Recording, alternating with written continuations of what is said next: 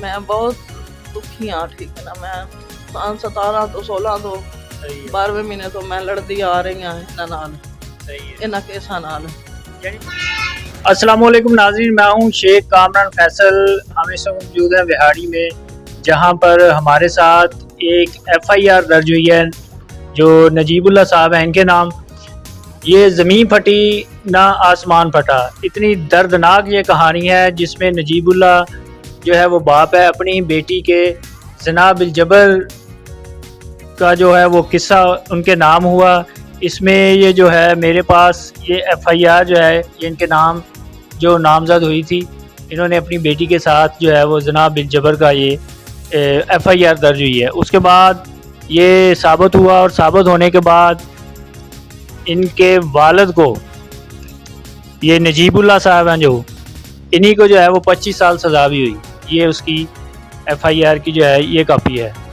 تو یہ بڑی دردناک سٹوری ہے. ہمارا مسلم معاشرہ ہے، معاشرہ دیکھ لیں کہاں پہ جا رہا ہے. ایک بیٹی کے ساتھ جو ہے وہ زنا بالجبر ہوا اور اس کے بعد پھر 5 سال بعد ان کی ضمانت ہوئی.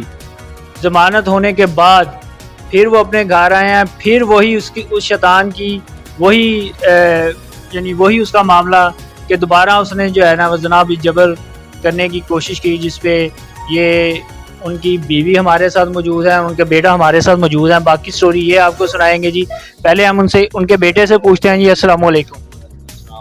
اچھا سر، بڑی دردناک کہانی ہے. مسلمانیت ہے تو آپ کے والد تھے، لیکن بڑا ہی انہوں نے جو قصہ کیا ہے وہ مسلمانیت کے نام کیا اس سے نکل جاتے ہیں میرے خیال میں. یہ جو معاملہ اس طرح کا ہوتا ہے تو کیا کہنا چاہیں گے؟ یہ آپ کے والد نے اتنا جو ہے وہ دردناک قصہ پیش کیا ہے. جو والد جو ہوتے ہیں نا حقیقی، وہ ایسے نہیں کرتے، ٹھیک ہے، لیکن حقیقی والد تھا ہمارا اور اس نے اپنی ہی بیٹی کے ساتھ زنا حرام کاری کی ہے اور دوسری بچیوں کے ساتھ بھی حرام کاری کرنے کی کوشش کی ہے. اور اس کو کوئی بھی اپنے گھر میں، مطلب اس کے 5 بھائی تھے اور 5 بہنیں تھیں، کوئی بھی اس کو اپنے گھر میں داخل نہیں ہونے تھا، اسی وجہ سے کہ ان کو ان کی حرکتوں کا پتہ تھا کہ یہ زنا حرام کاری کرتا ہے، اس لیے اس نے اپنی حقیقی بیٹی کے ساتھ حرام کاری کی ہے. تو اور یہ FIR جو ہوئی ہے، یہ ناظرین میں نے آپ کو پہلے بھی دکھائی ہیں، یہ ان کے نام ہوئی ہیں. اس میں ان کو 25 سال سزا بھی ہوئی ہے اور نامزد ہوئی ہے. اس حوالے سے آپ کیا کہنا چاہتے ہیں؟ بالکل، یہ سن 2016 کا واقعہ تھا اور اس کا میں چشمدید خود گواہ ہوں، میں نے خود دیکھا تھا. تو اس نے میری اپنی سکی بہن کے ساتھ زنا حرام کاری کی تھی. اچھا، جب یہ دوبارہ آیا تو اس کے بعد آپ کی جو ہے وہ اس کے ساتھ ہاتھا پائی ہوئی، پسٹل تھا اس کے پاس؟ ہماری ہاتھا پائی نہیں ہوئی، تو میں تو اپنی جاب پہ تھا، وہ چھوٹے بھائی کے ساتھ اس کی ہاتھا پائی ہوئی ہے. اچھا، تو وہ کیا قصہ ہوا اس وقت؟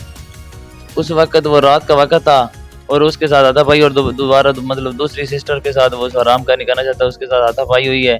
وہ اس کا پتہ نہیں ہے کہ اس کو کیسے گولی لگی ہے، پسٹل کے ساتھ لگی یا کسی نے ہمارے گھر تباہ کرنے کی کوشش کی، کس نے مارا اس کو.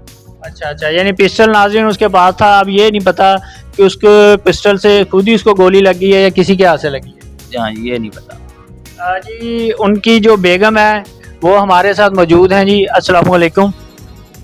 وعلیکم السلام. کیا حال چال ہے؟ ٹھیک بھائی، میں بہت دکھی ہاں، ٹھیک ہے نا. میں 17 تو 16 تو 12 مہینے تو میں لڑتی آ رہی ہوں انہاں کیساں نال. یعنی 2016 سے آپ کا یہ کیس چل رہا ہے. اس میں باقی جو آپ کے بیٹے ہیں ان کو رہائی ہو گئی ہے، صرف ایک بیٹا آپ کا ہے؟ ایک بیٹا میرا. 4.5 بندیاں دے بچہ سی، جس وچ ایک میرا بھائی لیاقت علی اور میں اور میرے 2 بیٹے عتیق اللہ اور حسیب اللہ، جس وچ میں اور میرا بھائی اسی بے گناہ ہو گئے تے جس وچ میرا بیٹا جڑا او ضمانت تے آیا ہے تے چھوٹا بیٹا جڑا میرا او حالے تک حراست وچ ہے، او حالے نہیں آیا، او دی نہ کوئی حالے ضمانت ہوئی ہے اور نہ ہی کوئی رہائی دا کوئی چکر ہے. اچھا، آپ DPO DCO یا حکومت وقت سے کیا کہنا چاہتی ہیں انصاف کے لیے؟